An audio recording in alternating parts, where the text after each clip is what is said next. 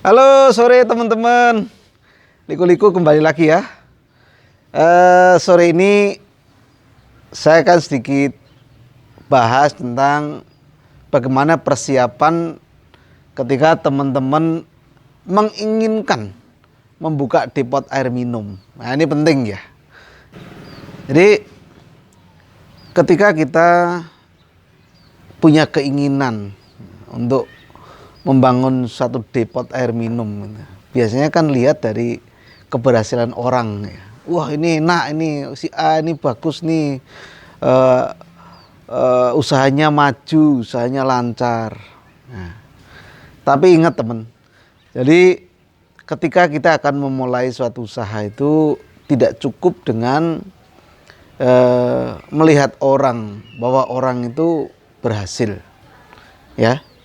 Tapi yang paling harus kita siapkan adalah dari diri kita sendiri. Ya. Apakah kita sebagai calon pemain baru di depot air minum itu punya kemampuan, ya, kemampuan terkait dengan depot atau belum?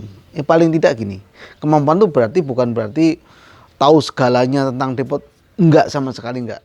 Tapi paling tidak gini, paling tidak teman-teman harus mampu menganalisa. Pertama, apakah pasarnya itu ada? Ya kelihatannya memang, wah, air minum dipakai oleh semua orang. Tapi enggak cukup dengan itu, ya. Survei pasar, ya. Survei pasar itu juga penting. Lingkungan yang nantinya akan dijadikan oleh target teman-teman itu juga penting. Nah, jadi saya sarankan teman-teman kalau menginginkan membuat suatu depot air minum, ya, itu setidaknya punya lingkungan yang memang cocok. Misal lingkungannya itu di lingkungan yang padat penduduk, misalnya di komplek perumahan, atau kalaupun bukan komplek perumahan, memang lingkungan yang padat penduduk. Kemudian lingkungan perusahaan, ya, di situ banyak perusahaan, artinya di situ banyak orang bekerja di perusahaan, orang kos dan sebagainya. Terus lingkungan sekolahan, ini juga memungkinkan untuk kita bidik. Syukur-syukur semuanya ada, ya, lingkungannya bagus, artinya kok di komplek perumahan dekat perusahaan dan banyak sekolahan atau perkantoran, ya, itu lebih baik lagi. Itu pertama, ya, itu dari sisi lingkungan. Dan dari sisi yang lain, misalnya ketersediaan air. Air kita sumbernya dari mana? Apakah air yang nantinya akan kita olah atau teman-teman olah itu air yang berasal dari PAM? Ataukah air dari sumur bor, ya, sumur tanah? Ataukah air yang dari suplai air gunung, biasanya air suplai air minum, ya. Nah ini juga harus jadi pertimbangan teman-teman. Kalau misalnya air yang dipakai nantinya air PDAM, ya tentu saja harus tahu, ya, teman-teman harus mengetahui lebih dalam apakah air yang nantinya akan diolah itu suplainya bagus atau tidak. Nah, artinya terjamin enggak? Jangan sampai nanti airnya endat-endatan, kadang nyala, kadang ngalir, kadang enggak, itu nanti akan jadi masalah. Dan kalau airnya dari air tanah, air sumur, ya, teman-teman juga harus pertimbangkan bagaimana air yang nanti akan diolah itu apakah air yang memang ketersediaannya itu selalu ada. Misalnya pada saat musim kemarau ya, itu kalau depot itu lagi tinggi-tingginya penjualan air minum ya, apakah air sumur kita itu tersedia atau tidak? Ya.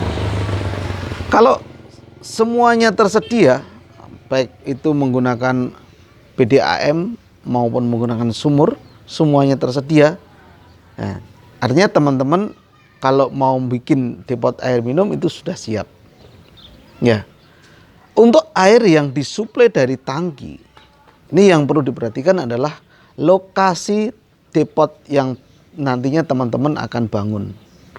Nah, sebaiknya kalau air minum yang disuplai dari supplier, dari tangki luar ya, itu sebaiknya posisi depot teman-teman harus di pinggir jalan. Ya.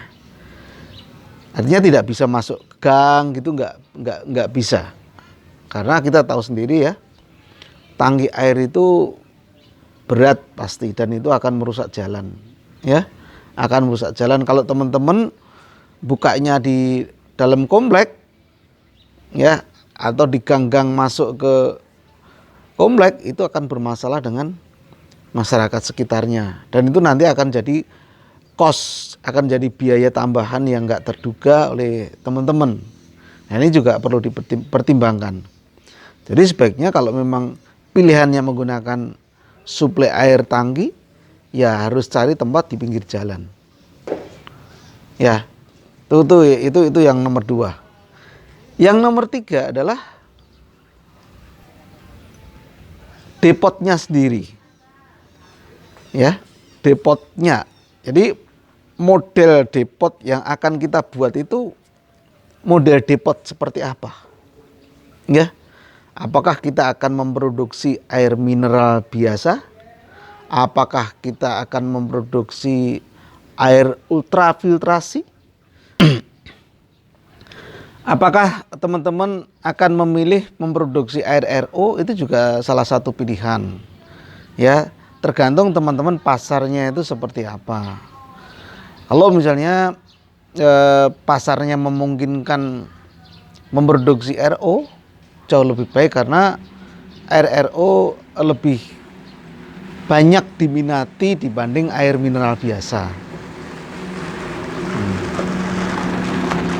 Artinya teman-teman kalau mau menjual itu jauh lebih mudah. Ya. Itu yang ketiga. Jadi yang ketiga jenis air yang akan kita produksi itu seperti apa. Kemudian yang keempat, sumber daya orang yang akan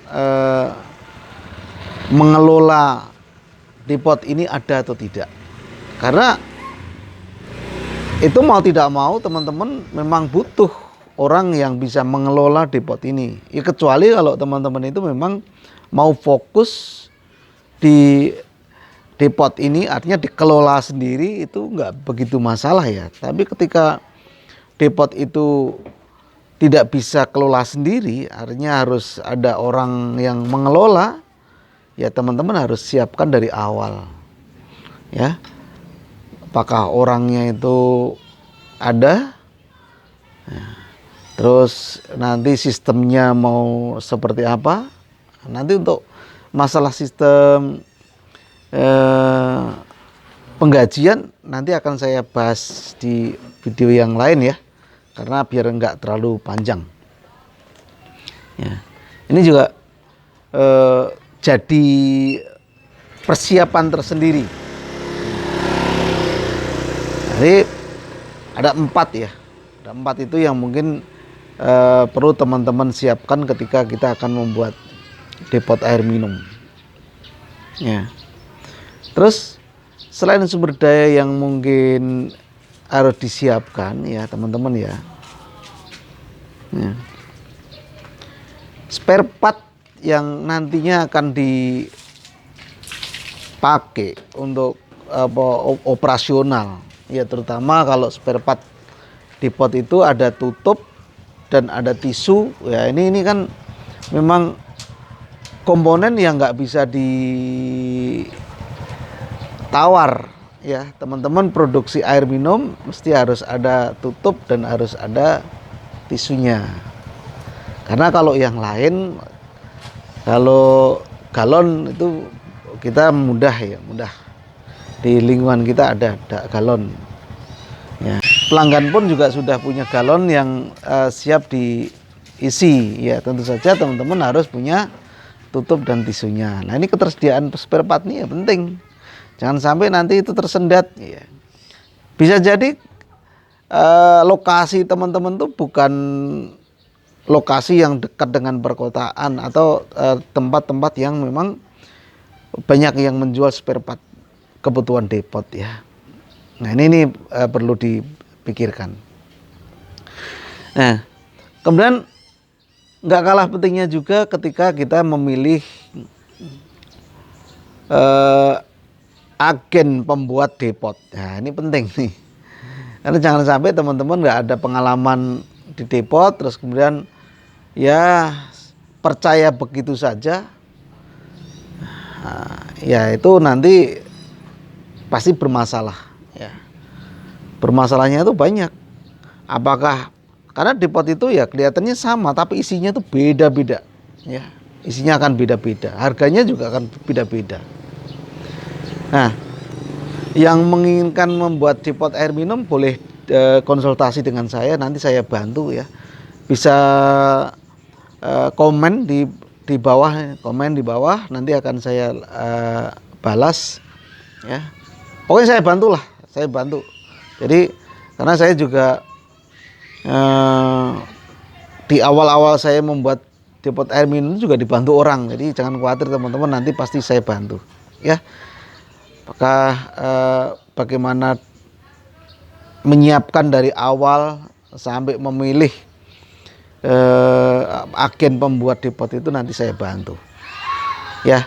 Oke, mungkin teman-teman itu dulu ya. Sore ini nih mendung, gelap sekali dan sepertinya mau hujan ya. Oke teman-teman, mungkin itu yang bisa saya share kali ini. Tetap di Liku-Liku ya, jangan bosan-bosan, kita diskusi demi kemajuan bersama. Makasih, selamat sore, selamat beraktivitas dan jaga kesehatan.